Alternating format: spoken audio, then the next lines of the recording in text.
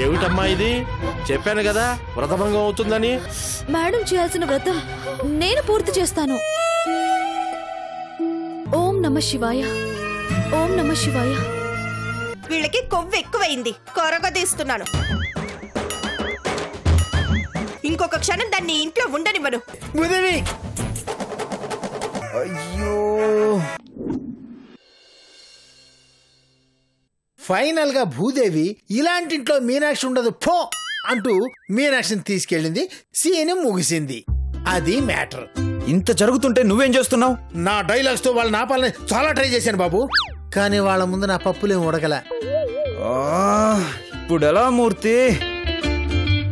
ఏదో ఒక ఐడియా చెప్పి చావు.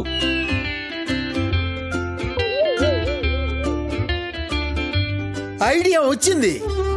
భూదేవికి డబ్బు కావాలి, మనకు మీనాక్షి కావాలి. ఒక్క లకారం ఇచ్చారనుకోండి, ఆ డబ్బు భూదేవికి ఇచ్చి మీనాక్షిని తెచ్చేసుకోవచ్చు. Very easy. లక్ష్యం కర్మ. ఈసారి నీకు నువ్వు ఊహించని భారీ గిఫ్ట్ ఇస్తాను. బాబు మీరు దేవుడు బాబు, దేవుడు. ఏంటి సార్ ఆ గిఫ్ట్? గోల్డా ల్యాండా? చెప్పానుగా, ఊహించనిది. బాబు విజయవాడలో ఒక ఫ్లాట్ ఇప్పించండి, అసలే అక్కడ రేట్లు అదిరిపోతున్నాయిట. అదిరిపోయిందా? ఏంటి బాబు ఈ ట్విస్ట్? ఇప్పటి వరకు నీకు చాలా డబ్బులు ఇచ్చాను. రేపటికల్లా మీనాక్షిని తీసుకురాలేదో ఈసారి నీకు చావుని గిఫ్ట్ గా ఇస్తా. Get lost. ఈ విషయం కొట్టి చెప్పాలా, మామూలుగా చెప్పొచ్చుగా?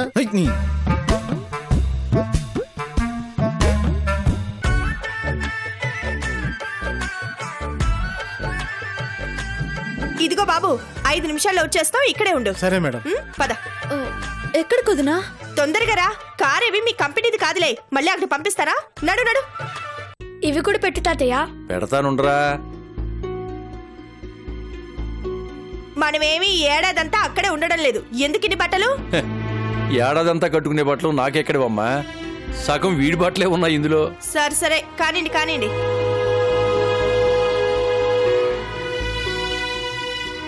మనం ఎక్కడికి వెళ్తున్నాం నాన్న? దారిలో చెప్తాలేమ్మా, ముందు నువ్వు వెళ్ళి బట్టలు సర్దుకో. వదిన వచ్చిందంటే తిడుతుంది. వెళ్ళమ్మా, వెళ్ళు తల్లి.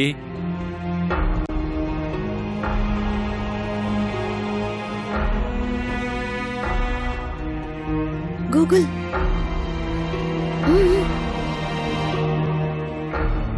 ఎక్కడికి రా?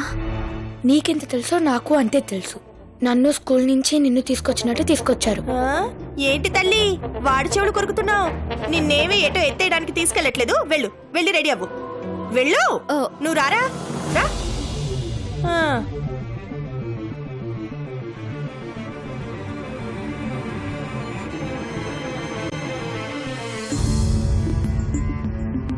ఎప్పుడైనా చెప్పు నాన్న. నేను చెప్తా. మీ అన్నయ్యకి డబ్బు సర్దుబాటు అయిందంట. దయాసాగర్ వాళ్లతో మాట్లాడి నిశ్చితార్థానికి ఏర్పాట్లు చేశారు.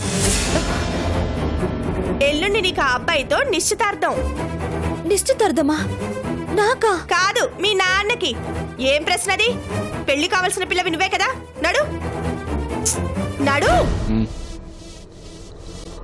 నువ్వు బదరా. అది కాదొదినా, అవతల నా ఉద్యోగం. బోడి ఉద్యోగం.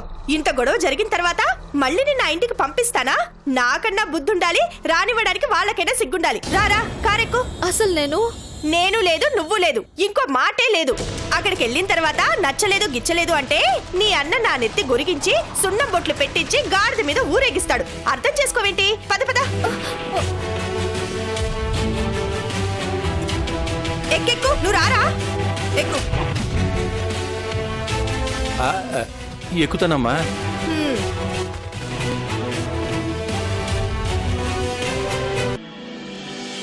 త్వరగా త్వరగా కానివ్వండి. అగో ఆ చైర్ తీసి ఎక్కడ ఇవ్వయా? దండలు దండలు కట్టండి. రే నువ్వు చైర్ తీసుకెళ్ళరా, అక్కడికి పెట్టు.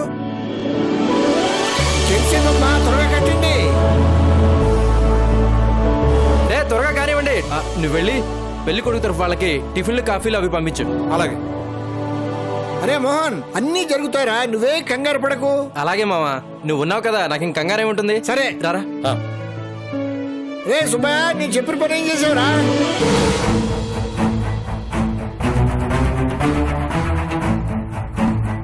నాన్న ఏ గోకుల్ ఎలా ఉన్నారా? బాగున్నా నాన్న. నువ్వు ఇప్పుడు గూగుల్ అయిపోయావంటగా. గుడ్.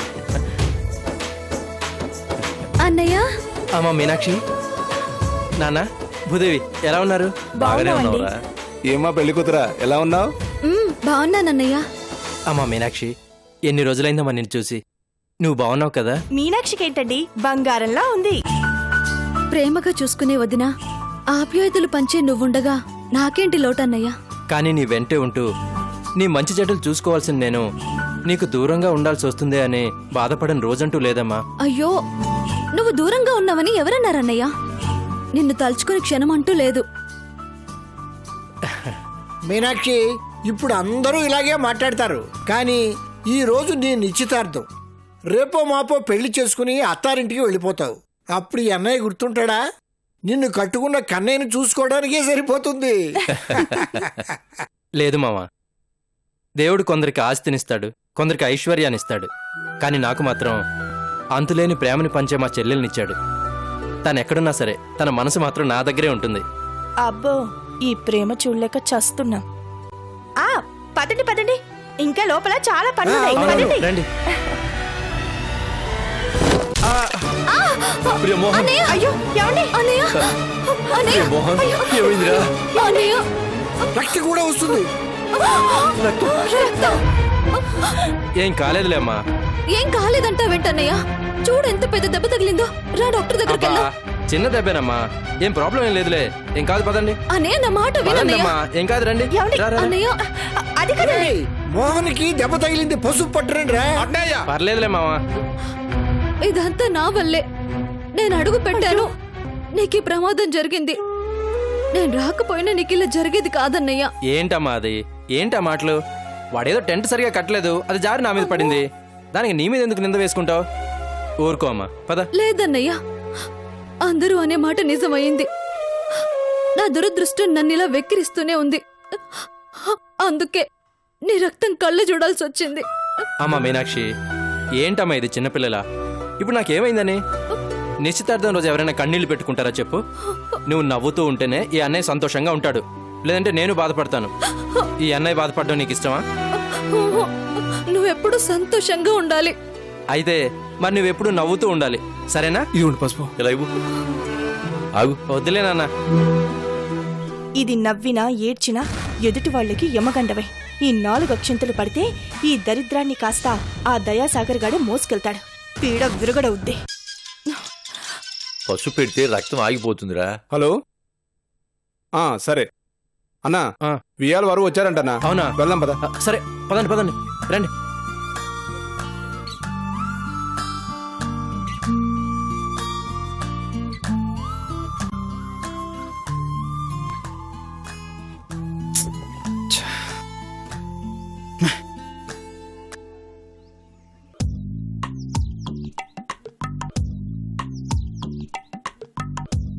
బాబు, మూర్తి, మీనాక్షిని కలిసావా? మీనాక్షి ఎక్కడ? ఎక్కడ మీనాక్షి? ఎక్కడ అంటే ఇక్కడ అని ఎలా చెప్పనండి. ఎక్కడ ఉంటుందో అక్కడికి వెళ్ళి చూస్తే అక్కడ లేదు. ఎక్కడ ఉంటుందో తెలియక ఇక్కడికి వచ్చాను. ఎప్పుడు స్ట్రైట్ గా మాట్లాడవా మూర్తి? నేను సీరియల్ లేటనండి. స్ట్రైట్ గా చెప్తే ఎక్కదు. మెలిపెట్టి గిలిపెట్టి నసపెట్టి చెప్తేనే ఎక్కుతుంది. మూర్తి, నాకు ఇరిటేషన్ తెప్పించకు. మీనాక్షిని తీసుకొస్తానని వెళ్ళావు, ఎక్కడ? బాబు, అలా దబాయించకండి, మీకు దండం పెడతాను. అసలే షుగరు బీపీ చుట్టాలా చుట్టుముట్టాయి. మీరు కన్నెర చేస్తే కన్ను మూస్తాను అంతే. ఓకే ఓకే, సరే సరే, మ్యాటర్లోకి వచ్చేస్తాను. ఆ భూదేవి కాళ్ళు పట్టుకున్నైనా సరే మీనాక్షిని తీసుకొద్దామని వెళ్ళాను. కానీ భూదేవి ఇంటికి తాళం వేసి మీనాక్షిని తీసుకుని ఊరెళ్ళిపోయిందిటండి. వాట్? ఊరెళ్ళిపోయిందా? ఇప్పుడు నా పరిస్థితి ఏంటి? టెన్షన్ పడకండి బాబు. ఓ పక్క కొంపలు అంటుకుంటుంటే టెన్షన్ పడకుండా ఎలా ఉంటాను? మీరు కోపండి అంటే నా రైటర్ బ్రెయిన్తో ఓ ఐడియా ఇస్తాను. అదేంటో చెప్పాడు. అదుగుతుగు కోపడుతున్నారు మీరు, నేను చెప్పను. సరే చెప్పు. భూదేవి మీనాక్షిని ఊరు తీసుకెళ్ళింది. మీరు 1,00,000 రూపాయలు ఇస్తే నేనెళ్ళి భూదేవిని ఎలాగైనా ఒప్పించి మీనాక్షిని వెంట పెట్టుకుని వచ్చేస్తాను. ఎంత కావాలన్నా? 1,00,000 అంతే. ఎంత? 1,00,000 అంతే. బాబు నన్ను కొడితే పని జరగదు. భూదేవి డబ్బు పిశాచి, దాన్ని డబ్బుతో కొట్టాల్సిందే. ఆలోచించండి. ఇప్పటికే ఆలోచించి చాలా ఆలస్యం చేశాను, ఇంకా ఆలోచించను. నీలాంటి వాడిని నమ్ముకోను, నన్ను నేనే నమ్ముకుంటాను. ఏం చేస్తారేంటి? నాలాంటి ప్రాబ్లంలో ఉన్నవాడు నీలాంటి గాడిద కాళ్ళు పట్టుకునే కంటే శ్వేత చేతులు పట్టుకుని నిజం చెప్పడమే మంచిది. నేను ఇప్పుడే వెళ్ళి శ్వేతకి నిజం చెప్పేస్తాను. బాబు నా మాట వినండి, ఊరికే ఆవేశపడకండి. నా మాట ఒక్కసారి ఆలోచించండి. ఏమండి? వద్దండి, నా మాట వినండి. Shut up.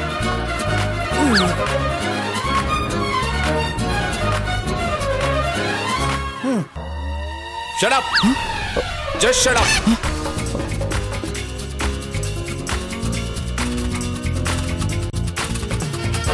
చూడు, ఆకలితో ఉన్నవాడికి ముద్ద అన్నం పెడితే వాడు చచ్చేదాకా అన్నం పెట్టిన వాడిని మర్చిపోడు. ఎప్పుడెప్పుడు వాడి రుణం తీర్చుకోవాలని వెయిట్ చేస్తాడు. కానీ నువ్వు వాడు ప్రాబ్లంలో ఉండి చిన్న హెల్ప్ అడిగితే చీకొట్టావు. తప్పు చేశావు సుధీర్.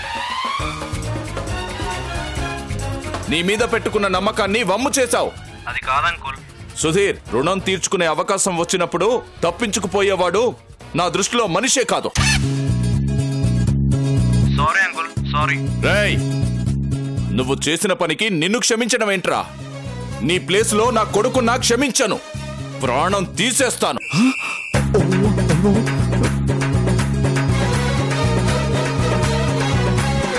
మన నాశనాన్ని కోరుకున్న వాణ్ణి చంపినా తప్పులేదు, కానీ మన ఉన్నతికి ఉపయోగపడ్డ వానితో కన్నీళ్లు కూడా పెట్టించకూడదు. గుర్తుంచుకో.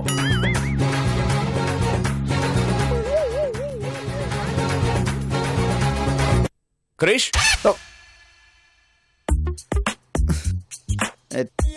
డాడ్, ఏంటి ఇలా వచ్చి వెళ్ళిపోతున్నావు? అబ్బే ఏం లేదు డాడ్, నథింగ్. ఏంటి క్రిష్, ఎందుకు కంగారు పడుతున్నావు? What's the problem? నేను బానే ఉన్నాను డాడ్, ఐఎమ్ పర్ఫెక్ట్లీ రైట్. నాతో ఏదైనా చెప్పాలనుకుంటున్నావా? No nothing dad, nothing, not at all. Okay, వెళ్ళి రెస్ట్ తీసుకో. అసలే కాబోయే పెళ్లి కొడుకువి, గ్లామర్ పోకూడదు కదా.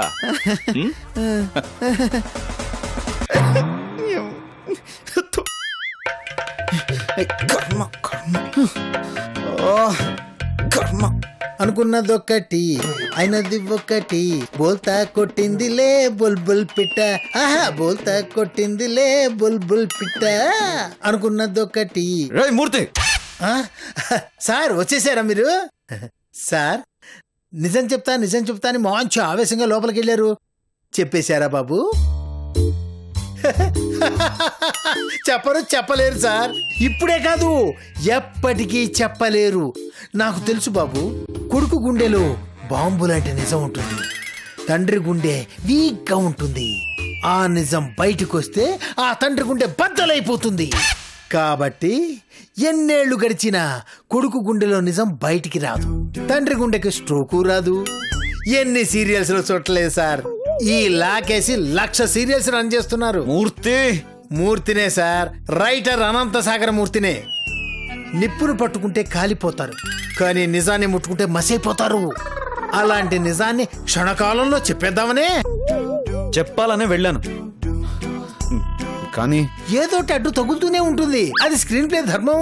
కాస్త నోరు మూస్తావా? నా నోరు మూయించడం కాదు సార్, కాస్త ఆలోచించండి.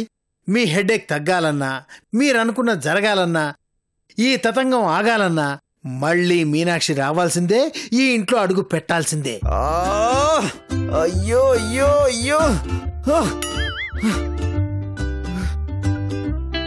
ఏంటి సార్, తలనొప్పే? మీనాక్షి!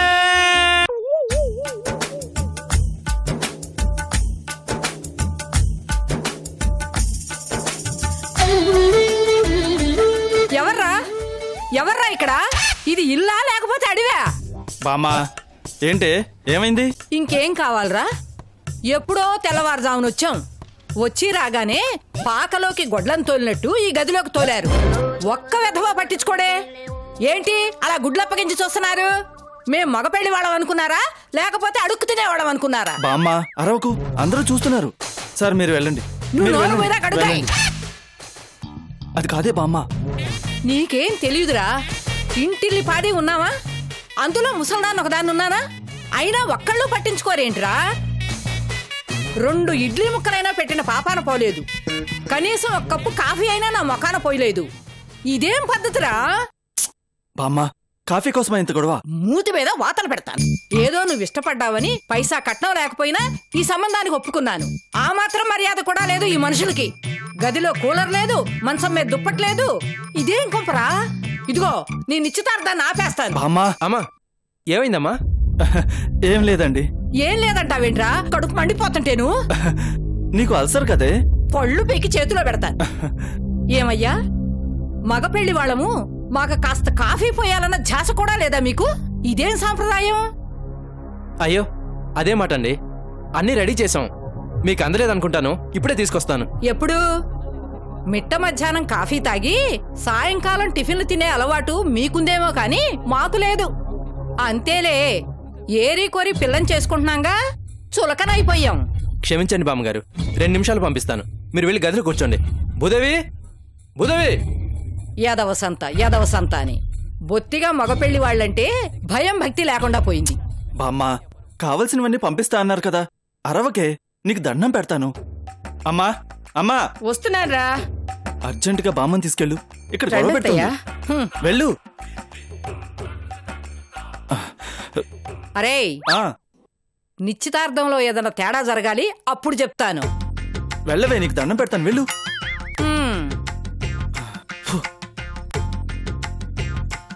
Uncle uncle. ఏంటి గూగుల్? మరి ఏంట్రా చెప్పు. నిన్ను మీనాక్షి అత్త రమ్మంటుంది. ఎక్కడుందిరా? పెరట్లో నీ కోసం ఎదురు చూస్తుంది. ఇప్పుడే వెళ్ళిపోతాను.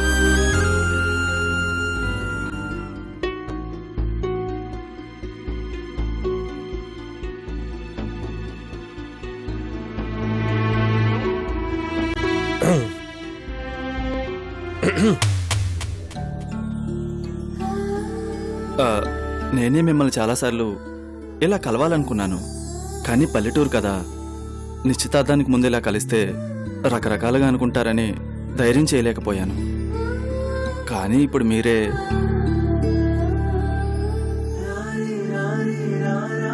రమ్మన్నారు. ఏం మాట్లాడరే? ఎందుకండి నిశ్చితార్థం వరకు తీసుకొచ్చారు? అదేంటి, చూపులు నిశ్చితార్థం వరకు, నిశ్చితార్థం పెళ్లి వరకు రావటం ఆనవాయితీయే కదా. అది అందరు ఆడపిల్లల విషయంలో, కానీ నేను అందరిలాంటి దాన్ని కాదు.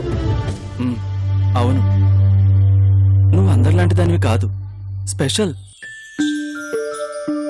అందరికంటే అందగత్తెవి. అందుకే పెళ్లి చేసుకోవాలనుకుంటున్నాను. చూడండి, చూస్తూనే ఉన్నాను. ఎన్నిసార్లు చెప్పాలండి మీరు నన్ను పెళ్లి చేసుకుంటే ఇబ్బందుల పాలవుతారని? అని నీ అనుమానమా, నమ్మకమా? బలమైన నమ్మకం. అయితే అది ఖచ్చితంగా మూఢనమ్మకమే. ఎందుకంటే నేను నిన్ను పెళ్లి చూపులు చూసిన మర్నాడే నాకు 5,000 రూపాయల జీతం పెరిగింది. మా నిశ్చితార్థానికి ముహూర్తం పెట్టించిన రోజే 10 ఏళ్లుగా కోర్టులో నలిగిపోతున్న స్థలానికి సంబంధించిన కేసు మాకు అనుకూలంగా తీర్పు వచ్చింది. ఇది చాలదా నువ్వు అదృష్టవంతురాలు అని చెప్పడానికి? అయ్యో, అది వేరు ఇది వేరు. మీకు జరిగినవన్నీ నా వల్ల కాదు, మీకు రాసి పెట్టుందంతే. అది నా నమ్మకం అనుకోవచ్చుగా.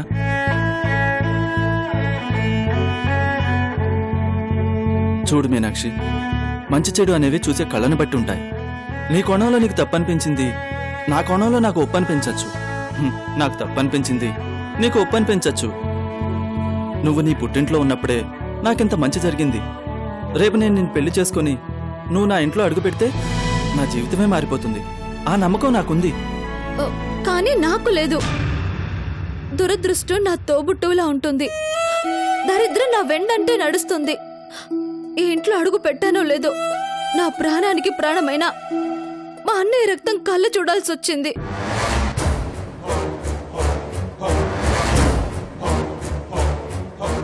నా పుట్టుక పాపం, నా పేరు శాపం. నేను కదిలితే దోషం, నిలబడితే నాశనం.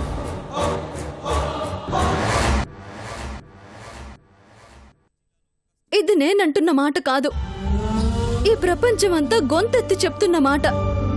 అందుకే తెలిసి తెలిసి నా వల్ల ఎవరికి ఏ కీడు జరగకూడదు. నేను తట్టుకోలేను. నా మాట విని ఈ నిశ్చితార్థం ఆపేయండి.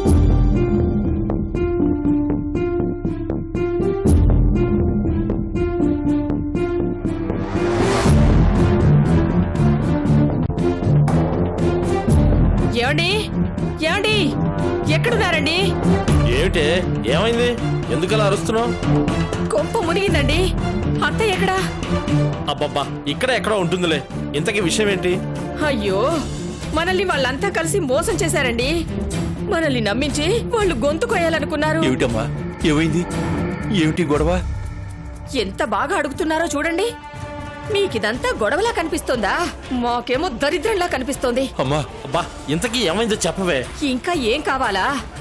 మనవాడు చేసుకోబోయే పిల్ల అదే, ఈయన గారి కూతురు.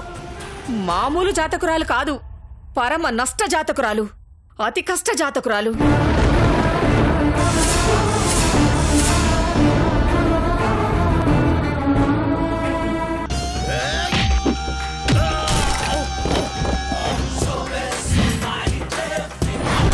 ఎవడైనా కొడితే బ్లడ్ వస్తుంది, కానీ నేను కొడితే బుద్ధి వస్తుంది.